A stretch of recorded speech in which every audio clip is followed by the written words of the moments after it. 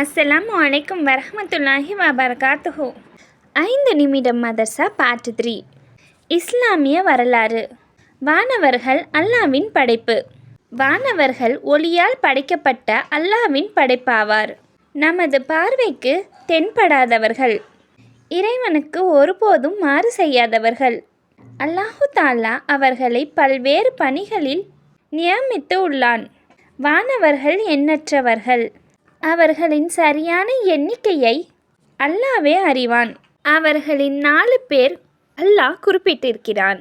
ஜிப்ரீல் அலைஹிஸ்ஸலாம் அவர்கள். இவர்கள் அல்லாவின் வேதங்களையும் சட்டங்களையும் இறை தூதர்களிடம் கொண்டு வந்து சேர்ப்பிக்கும் பணியில் நியமிக்கப்பட்டிருந்தார்கள். இஸ்ராபில் அலைஹிஸ்ஸலாம். இவர்கள் கியாமத்து அன்று அல்லாவின் ஆணைக்கு இணங்க சூர் ஊதுவார்கள். மிகாயில் அலைஹிஸ்ஸலாம். இவர்கள் மழை பொழியவிக்கவும் படைப்பினங்களுக்கு இரணமளிக்கும் பொறுப்பிலும் நியமிக்கப்பட்டுள்ளார்கள். இஸ்ராயில் அலைஹிஸ்ஸலாம். இவர்கள் படைப்புகளின் உயிரை கைப்பற்றும் பணியில் நியமிக்கப்பட்டுள்ளார்கள். இதேபோன்று அநேக வானவர்கள் அல்லாவை புகழ்வதிலும் துதிப்பதிலும் ஈடுபட்டுள்ளனர். அல்லாவின் ஆற்றல். பால். அல்லாஹு தாலா மக்களின் உணவுக்காக பாலை உருவாக்கியுள்ளான்.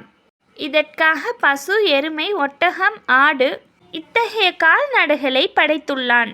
இவை தமது கன்றுகளுக்கு பால் புகட்டுவதுடன் மனிதர்களின் பால் தேவைகளையும் நிறைவேற்றுகின்றன. சற்று கவனிக்கவும்.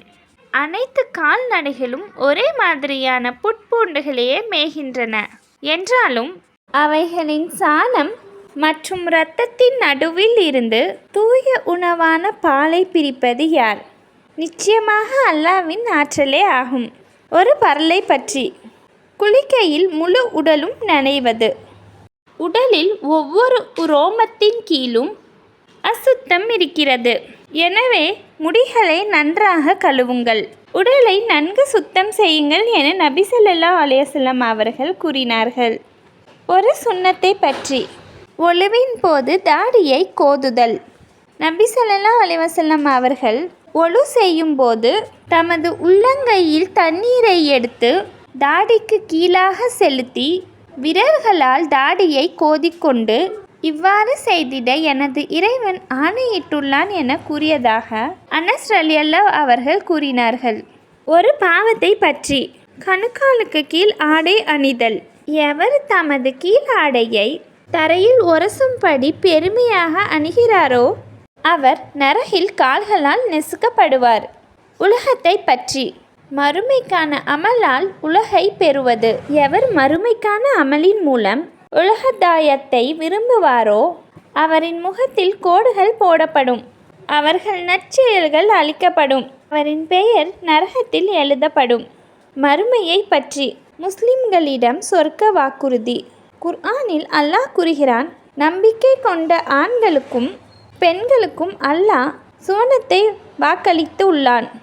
அவற்றின் கீழ் ஆறுகள் ஓடிக்கொண்டிருக்கும். அவற்றில் அவர்கள் நிரந்தரமாக இருப்பார்கள். நித்திய சுவன பாதைகளில் தூய்மையான குடியிருப்புகளையும் அல்லாஹ் வாக்களித்துள்ளான். நபி வழி மருத்துவம். 3 விஷயங்களில் நோய் நிவாரணம். நபி ஸல்லல்லாஹு அலைஹி வஸல்லம் அவர்கள் அருளியதாக இப்னு அப்பாஸ் ரலியல்லாஹு அவர்கள் கூறினார்கள், 3 விஷயங்களில் நோய் நிவாரணம் உண்டு. தேன் சாப்பிடுதல், இரத்தம் குத்தி எடுத்தல், நெருப்பால் சூடு போடுதல். ஆனால் நெருப்பினால் சூடு தழும்பு ஏற்படுத்தும் முறை நபி ஸல்லல்லாஹு அலைஹி வஸல்லம் அவர்கள் தமது உம்மத்தாருக்கு தடுத்துள்ளார்கள். குர்ஆனின் அறிவுரை. குர்ஆனில் அல்லாஹ் கூறுகிறான், ஈமான் கொண்டோர்களே, அல்லாஹ்வுக்கு அஞ்சுங்கள், நேர்மையான சொற்களையே சொல்லுங்கள்.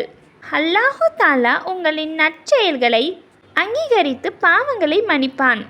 மேலும் அல்லாஹ்வுக்கும் அவனின் தூதருக்கும் எவர் கீழ்ப்படுகிறாரோ அவர் மகத்தான வெற்றி பெற்று விடுவார்.